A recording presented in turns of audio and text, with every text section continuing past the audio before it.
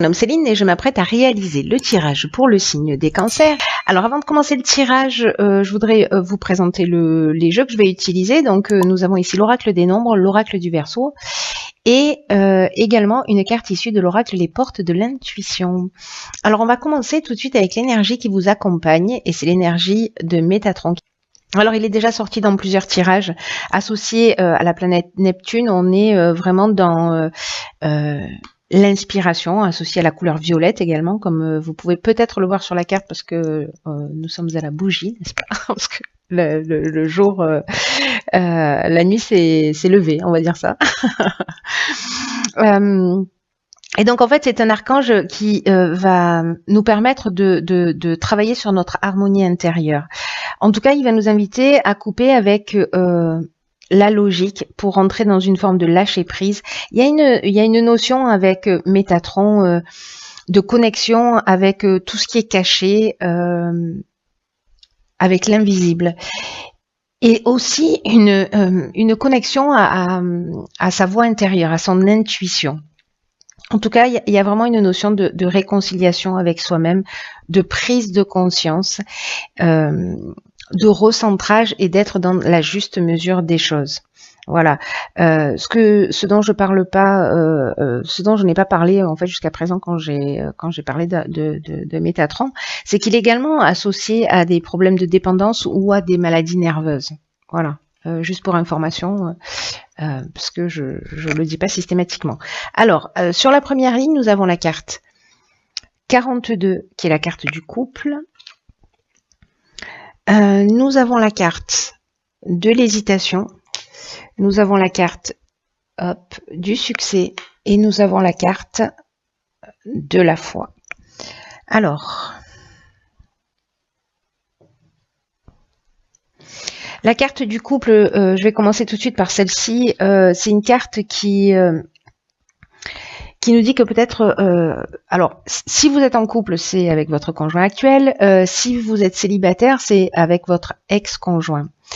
Où il y a peut-être une nécessité d'ouvrir le dialogue au sein de votre couple ou avec votre ex-conjoint.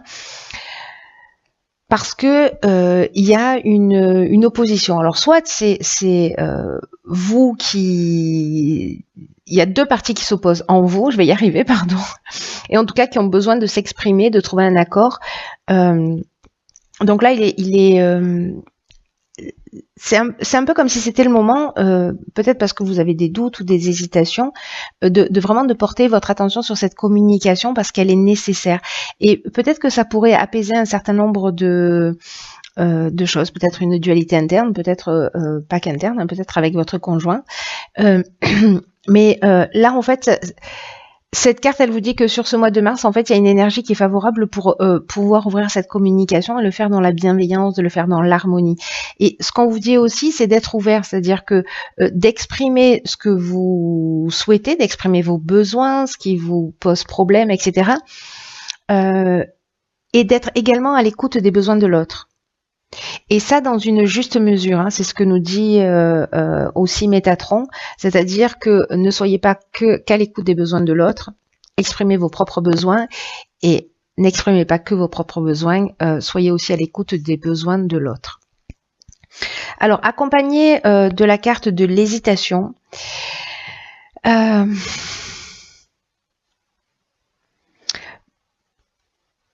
soit certains d'entre vous ont des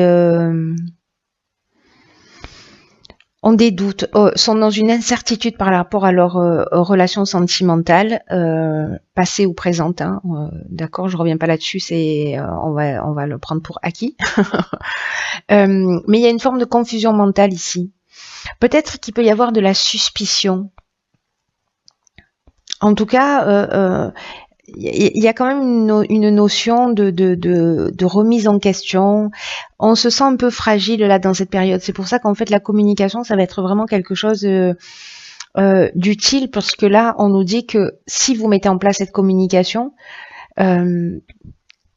on est dans un aboutissement, on est dans une issue favorable. Vous voyez, il y a une conclusion positive. Hein, c'est-à-dire qu'on va trouver s'il y a des problématiques, on va arriver à les résoudre.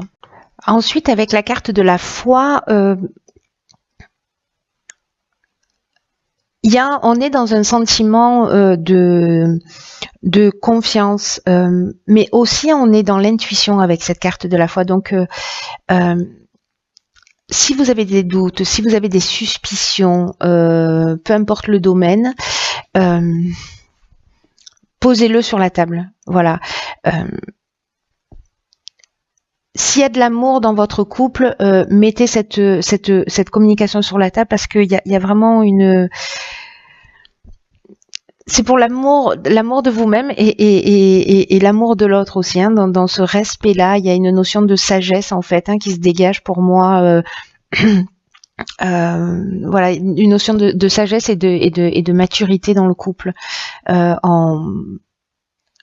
en étant à l'écoute comme ça des besoins, des besoins de l'autre. En tout cas, si on a besoin d'être rassuré manifestement, etc. Ça va porter ses fruits si vous le faites dans la bienveillance. Si vous êtes dans le reproche, ça va être beaucoup plus compliqué forcément. Mais là, ce à quoi ça nous engage, c'est d'établir la communication dans la bienveillance.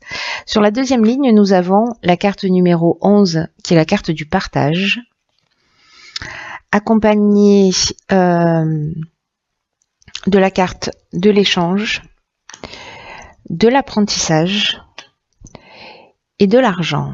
Alors, ça brille un peu, pardon, j'espère que vous voyez toutes les cartes. Ok, comme ça c'est mieux, pas du tout. Désolée, je fais ma petite...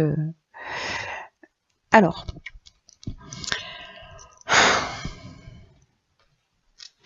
la carte du partage, c'est une carte qui nous dit que peut-être que vous avez des compétences particulières que vous pouvez transmettre, partager, peut-être liées à l'argent.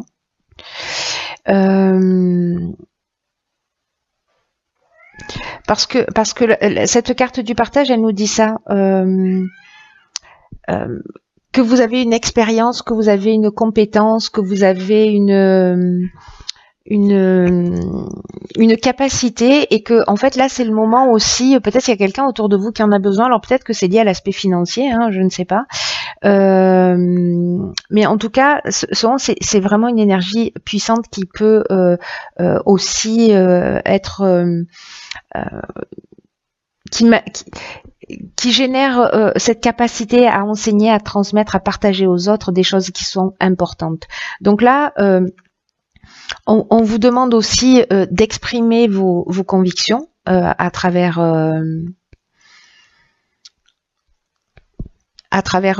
cette carte, vos convictions, mais pas que, aussi vos connaissances et puis vos intuitions, ce que vous ressentez. Alors, dans le cadre de l'échange, on est on est vraiment dans la communication. Dans la communication, dans le partage. La communication, elle revient beaucoup, en fait, dans votre tirage. Enfin bon, pour l'instant, on n'en est qu'à la deuxième ligne, mais bon, voilà, quand même, elle est présente.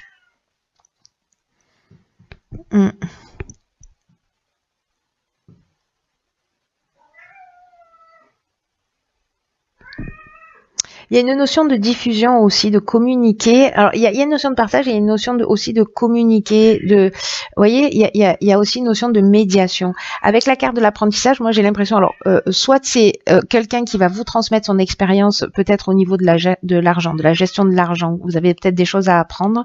Vous allez avoir peut-être quelqu'un comme ça avant vous, parce que voilà, les énergies sont interchangeables, mais soit c'est vous qui avez une expertise par rapport à l'argent et qui allez donner des conseils de gestion à quelqu'un proche de vous. Voilà, il y a cette option possible. Alors on va voir ce que nous réserve cette troisième ligne. Alors ici nous avons, il y a vraiment quelque chose en rapport aux finances. Donc là, on a la carte 8 qui nous parle des finances.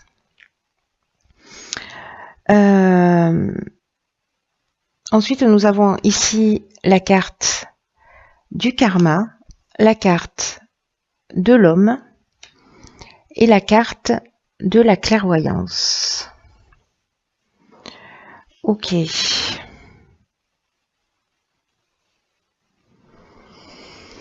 Donc il y a vraiment quelque chose qui est lié à l'aspect financier parce que alors c'est peut-être vous qui allez vivre cet apprentissage sur la manière de gérer les choses, ou peut-être que vous allez voir clairement la situation d'un homme, vous si vous êtes un homme, ou peut-être par rapport à un homme, ou enfin voilà, peut-être de votre conjoint, ou je ne sais pas.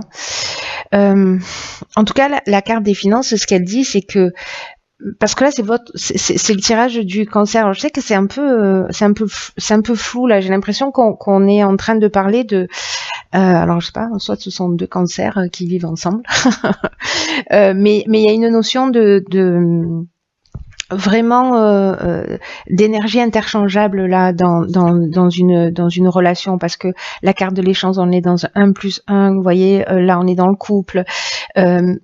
Là, c'est votre rapport à vous. Donc, vous, si vous êtes un homme, c'est peut-être l'énergie d'action ou un homme en face de vous. Mais c'est assez particulier parce que là, j'ai l'impression que ça induit une autre personne. Voilà. Dans tous les cas, ça induit une autre personne, que ce soit ici, que ce soit ici. Là, peut-être ou pas, mais c'est une option possible pour le coup. Si vous êtes une femme, ou même si vous êtes un homme d'ailleurs, il n'y a pas de règle par rapport à ça. Bref, je vais revenir sur cette carte des finances parce qu'elle nous parle précisément de votre rapport à l'argent. Là, ça correspond au plan matériel, hein, le 8. Et là, on vous dit qu'il y a quand même un équilibre qui est nécessaire. Alors, c'est peut-être ça la communication que vous devez avoir par rapport à l'aspect financier, ou vous ou votre conjoint. Enfin, c'est un sujet que vous allez devoir aborder. Parce que là, on vous demande d'adopter une attitude qui soit juste vis-à-vis de l'argent, de l'abondance d'une manière générale, en évitant toutes les situations extrêmes, c'est-à-dire de pas être soit dans le mépris de l'argent, soit vraiment dans l'adoration et que ça devienne une valeur pour vous. Comprenez-le comme une énergie égale à un autre type d'énergie dans votre quotidien. Comme un outil pour avancer, pour faire atteindre vos objectifs, pour évoluer, pour vous faire plaisir à d'autres, mais que ça ne soit pas un but en soi. Là, on nous dit que l'argent mérite votre attention, mais comme n'importe quel autre domaine de votre vie, ni plus ni moins. Alors, quand on manque d'argent, on peut être focalisé là-dessus, mais là, c'est vraiment la croyance et le rapport à l'argent d'une manière générale. Hein. Donc là, on vous demande d'en faire votre allié. Alors, c'est peut-être vous, en fait, je sais pas, peut-être vous êtes trop dépensière ou dépensier ou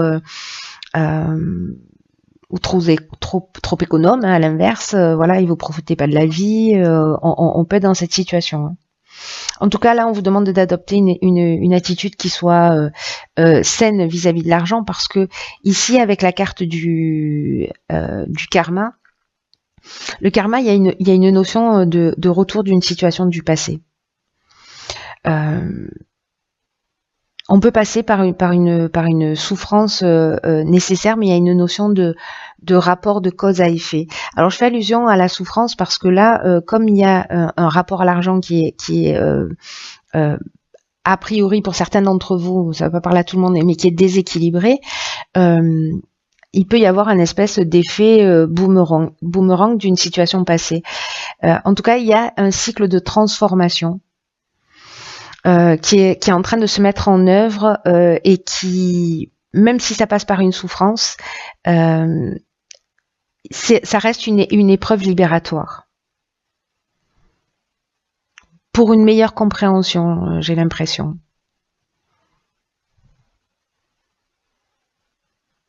Alors, soit par rapport à un homme, vous, si vous êtes un homme, encore une fois, soit c'est la capacité de prendre des décisions, d'être dans une énergie d'action.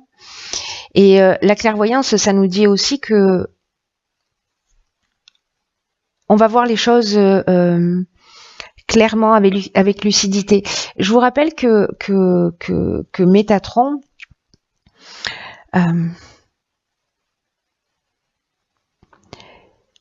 il nous parle de faire des prises de conscience, de se recentrer, d'être dans la juste mesure des choses et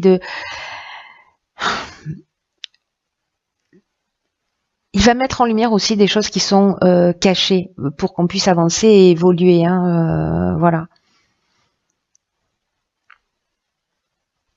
Donc, est-ce que peut-être c'est par rapport à un homme qui justement peut-être une relation karmique, c'est possible, et peut-être vous allez voir clairement sur ses finances, vous allez voir clairement sa manière de gérer l'argent. Peut-être c'est l'inverse, mais il y a quelque chose qui va s'éclaircir là. Il y a quelque chose qui va devenir, j'ai l'impression, comme évident.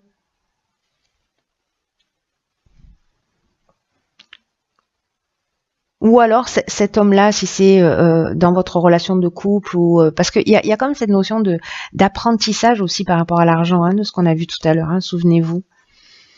Il y a des échanges. Alors, est-ce que c'est des échanges avec cet homme-là? Il y a une notion d'apprendre à gérer ou peut-être avoir les choses d'une manière un petit peu différente, ou voilà, soit trop d'argent ou pas assez d'argent. Soit on regarde pas la dépense et voilà. Il y a quelqu'un qui intervient. Soit c'est votre conjoint, soit c'est quelqu'un qui vous éclaire sur votre manière de dépenser ou de ne pas dépenser, précisément. C'est intéressant. Je serais curieuse de savoir là s'il y a des gens des personnes parmi vous qui se retrouvent dans cette situation. Merci de vous manifester. Alors ici, nous avons la carte numéro 12 de la réflexion. Ok. Alors nous avons la carte de la méchanceté. Nous avons la carte du commerce. Ok. Nous avons la carte de l'aventurier et nous avons la carte du voyage. Alors,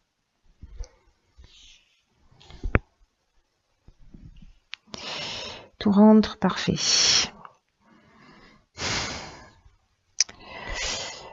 Ok, alors.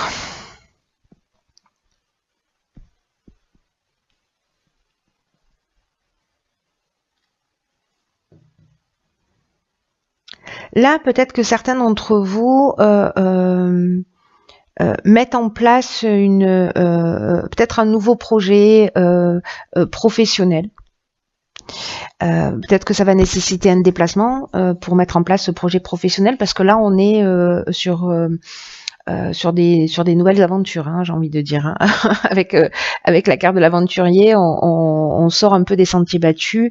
Il y a une notion d'expérience nouvelle, d'exploration d'horizons lointains. Du coup, on a la carte des voyages, tout ça est assez cohérent.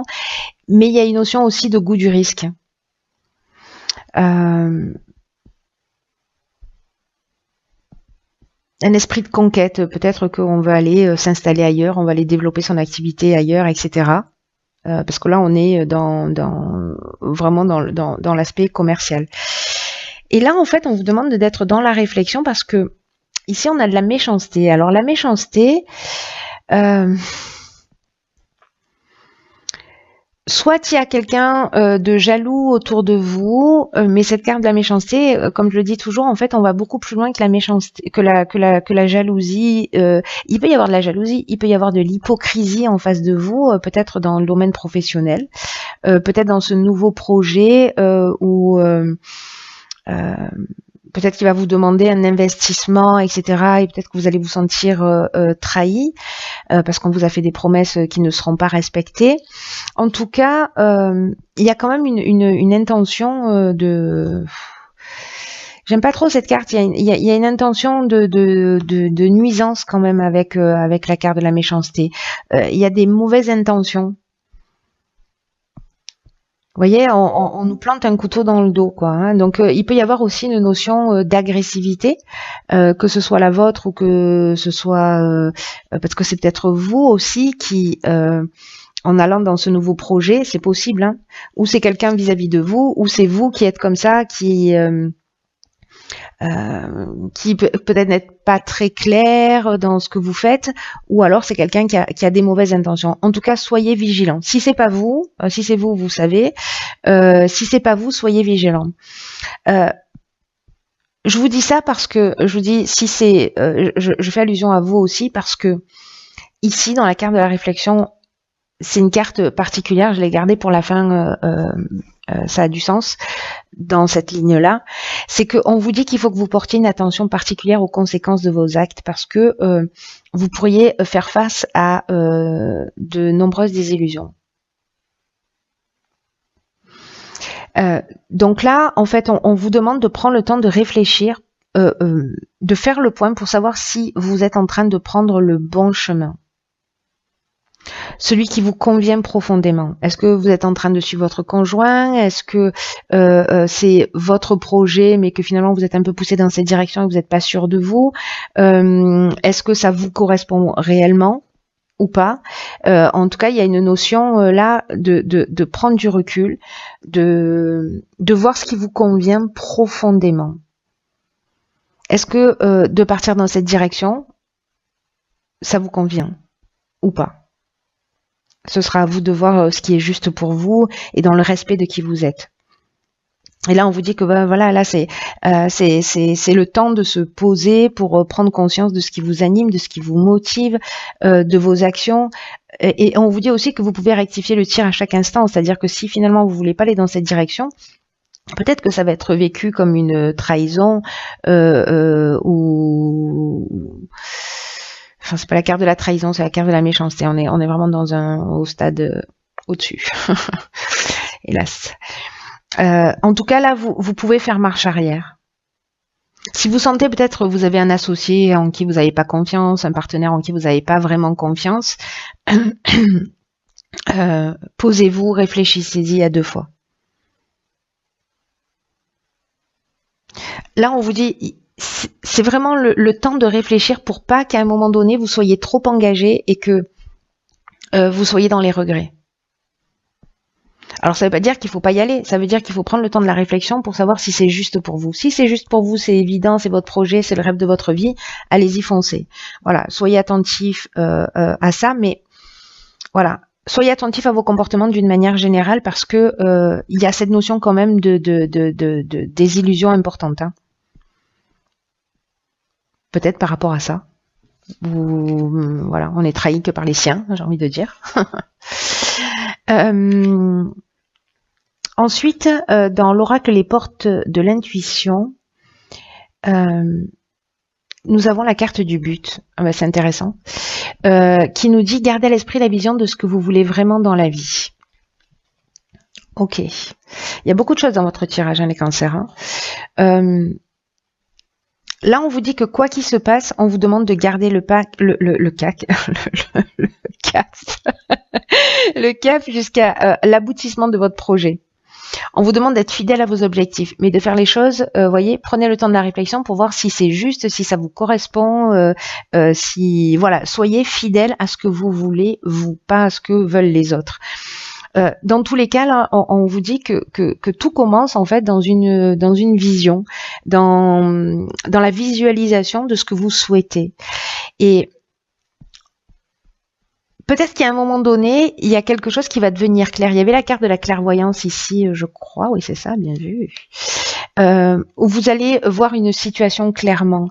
Et cette situation, j'ai l'impression que là, ça va vous permettre d'être plus clair sur votre objectif, peut-être par rapport à ce qu'il y a à faire ou à ne pas faire, vous voyez, la direction dans laquelle il faut aller. Il va y avoir peut-être comme ça un instant une évidence, quelque chose qui va être comme si vous alliez voir ce qui peut se produire dans votre existence. En plus, les cancers, vous êtes hyper intuitifs, hyper sensibles, donc vous risquez d'avoir ce moment-là d'évidence. Quoi qu'il en soit, nourrissez votre désir de réalisation. Ne doutez pas, ne manquez pas de confiance en vous. parce que elle peut se manifester, ça peut se manifester à des moments ou à un moment ou à un autre. On a vu au début ici qu'on avait l'hésitation, le doute, l'incertitude, etc. Donc là, on vous dit qu'il faut pas vous laisser distraire de votre objectif. Ne laissez personne vous détourner de votre objectif. Alors si votre objectif ici, c'est pas d'aller vous exporter sur un nouveau projet commercial et que c'est de faire quelque chose de différent, si c'est votre projet, ça va. Mais si c'est pas le cas, que vous aspirez à autre chose et que vous le faites pour suivre quelqu'un, et peut-être que c'est les doutes que vous allez partager dans votre couple, c'est l'occasion de vous affirmer. C'est l'occasion d'affirmer ce lien de fidélité avec vous-même, ce respect, cet amour de vous. N'oubliez pas que là, on est dans le recentrage, on est dans l'aspect aussi émotionnel, de se réconcilier avec soi, de faire ces prises de conscience de ce qui est juste pour nous, enfin pour vous. Voilà. Il est vraiment intéressant votre tirage. Je serais curieuse d'en savoir plus, donc j'espère que vous allez partager avec moi votre ressenti.